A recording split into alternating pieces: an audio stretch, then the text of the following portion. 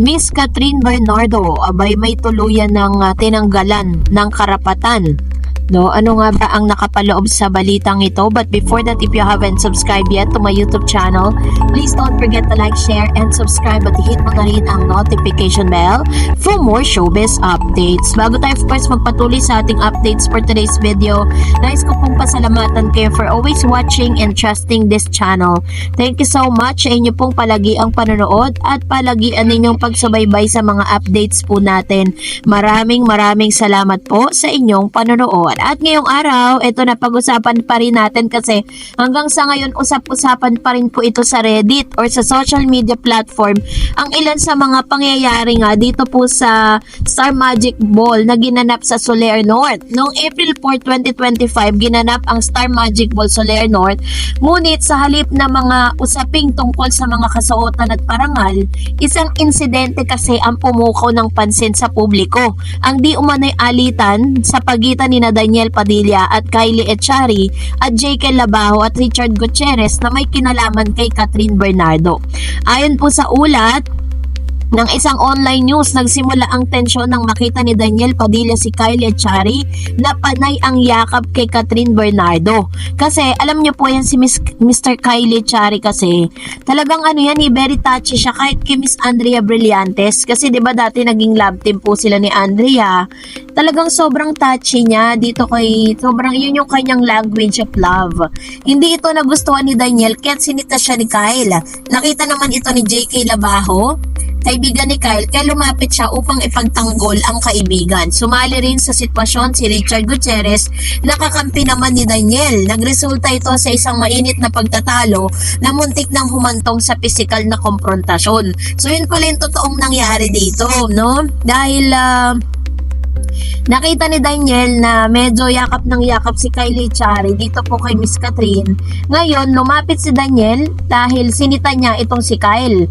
Ngayon, nung nakita ni J.K. Labajo nga, no, na ganun nga yung ginagawa ni Daniel, parang ipinagtanggol niya yung kaibigan niya. Tapos, pati si Richard Gutierrez, inadamay na din dito sa issue na ito. Kasi according po sa mga source, no, na mga pangyayari doon, talagang naging tipsy na sila eh. Medyo mga nakainom na, 'di ba? And I think this is gonna be the first time na magkita ulit sila ni Daniel Padilla at ito pa yung nangyari, 'di ba, na hindi inaasahan. Pero alam niyo po ba na out of all those things happens doon po sa Star Magic Ball, yung mga lumabas na balita at mga ulat, meron din naman ng mga nagsasabing hindi daw ito totoong insidente. Ayon sa ilang saksi, walang naganap na gulo at maayos sa naging takbo ng gabi para sa lahat ng nabanggit. May mga larawan at video pa nga daw na nagpapakita ng kasayahan ni Catherine at Kyle sa naturang event. Samantalang wala pang opisyal na pahayag mula kay Daniel Padilla at Kylie Echari, J.K. Labajo at Richard Gutierrez tungkol sa isyong ito. Gayon din naman nananatiling tahimik si Catherine Bernardo sa kabila ng pagkadawit ng kanyang pangalan sa insidente. Kasi gagawin talaga nila yan, lilinisin nila yung pangalan ng mga stars po nila para at least iba pinoprotektahan nila dito si Miss Catherine dahil nga dito sa insidente na ito. So kung ganun yung pangyayari, ibig sabihin si Daniel all throughout the party nakatingin lang at nakamasid lang kay Catherine. Kaya po ganun yung kanya nakikita kay Kyle. No? So matatandaan nung December 23 or ito na nga yung paghihiwalay po nila, 'di ba? And sabi diyan sa huli, sabi niya, ang mga ulat tungkol sa insidente sa Star Magic Ball ay nagpapakita ng kahalaga ng pagiging maingat at pagkuha ng pagpapakalat ng impormasyon, lalo na sa mga sensitibong issue na may kinalaman sa personal na buhay ng mga artista. Sa kabila ng ulat ng alitan, may mga ebidensya rin na nagpapakitang maayos ang relasyon ng mga nabanggit na personalidad sa naturang event. Sa huli, mahalagang tandaan na ang ulat na ito ay batay sa iba't ibang bersyon ng mga pangyayari at maaaring hindi ganap na sumasailalim sa totoong naganap. No, hanggang sa nagkaroon ng opisyal na pahayag mula sa sangkot, mararapat na maging maingat ang publiko sa pagtanggap at pagpapakalat ng impormasyon. Ang respeto sa pribadong buhay ng mga artista ay dapat laging isinasalang-alang upang maiwasan ang hindi kinakailangang kontrobersya at maling impormasyon. Kasi base po dun sa mga lumalabas ngayon, itinatanggi ng kampo ni Mr. Daniel Padilla at Kyle Echari na may ganitong pangyayari, which is parang they are trying to clean the mess, no? And of course, syempre po, sino ba yung tinanggalan ni Miss Catherine? Kasi sabi doon, kung possibility na talagang nangyari nga at naganap ito, hindi po si Mr. Daniel Padilla ang sinamahan ni Miss Catherine, kung hindi si Kyle na kaibigan niya. So talagang pinapakita lang ni Catherine dito na whatever happened, whatever sa mga pangyayaring ito, talagang parang wala na rin talaga siyang interest na bumalik pa dito po kay Mr. Daniel. And for that, eto na magbasa tayo ng mga reaction niya. Sabi ni Ma'am Shi Remedios, point of view ko lang naman to, maybe pinaiingay ni OG Diaz ang name ni Mayor kasi friend niya yun. Di ba nag-work siya sa kanya? Yun ang nagpa-interview pa sa kanya si Mayor. Kasi kung sila talaga ni Mayor may makakalusot na resibo, sana kahit papano. Actually, ganyan din po ang aking point of view, sa sobrang sikat ni Miss Catherine, napaka-imposible pong walang mga ebidensyang maglalabasan kasi hearsay lang po yung galing kay OG tsaka kay Miss Christie, diba? Sabi ni Flower Soon, sana si Alden nakita na ang tunay niyang mahalin na babae, yung hindi mi Alden paasahin lang, sana matagpuan na rin ni Alden yung mahalin ni Alden ang totoo, ang babaeng matatagpuan niya ngayon. Ayun, sa paulit-ulit si Ma'am Shi. And as other one, si Alden totoo pang promo lang sa movie ang pinapakita niya. Naawa lang ako kay Kat dahil babae siya sa lahat na pinapakita ni Alden sa nag-shooting siya. Syempre, yan lang baka dali na magsama at deadmahin ka agad. Si Alden yan ginawa sa ibang babae.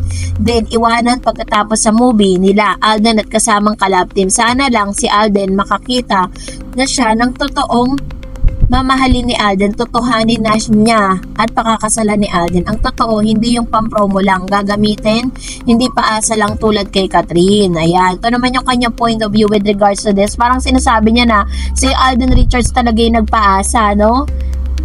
At parang sinasabi niya na si Alden ay parang pinapatunayan niya dito na si Alden daw ay promo king lang. Ngayon, iba na naman po kasama ni Mr. Alden Richards. Pero hindi natin kasi alam may mga sikretong ganap kasi si Catherine at si Alden Richards na sinasabing may mga resibong naglalabasan pero wala rin namang confirmation ng gagaling pa sa kanila.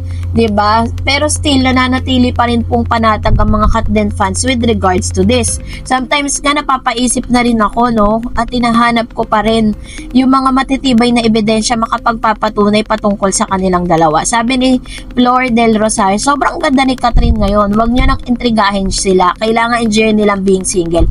Huwag na kayo maniwala sa news kahit sino pa ang magbalita. Sana makatagpo ng tamang lalaki si Kat.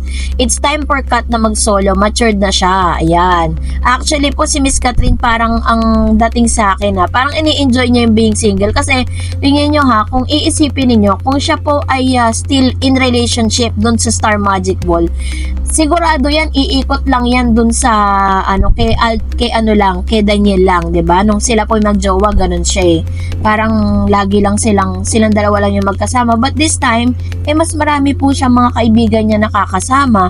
Sabi ni Ma'am si Annabel, Kat din may usapan na yan, they give space to each other, focus on their individual career, goals in life, so in God's will they are meant to be. On the end of the day they are both. Tama lang, Kat, huwag ka muna magpatali sa relasyong hindi mo sigurado. Mag-enjoy ka muna na walang jowa para masaya ka at walang hahadlang sa buhay mong gusto.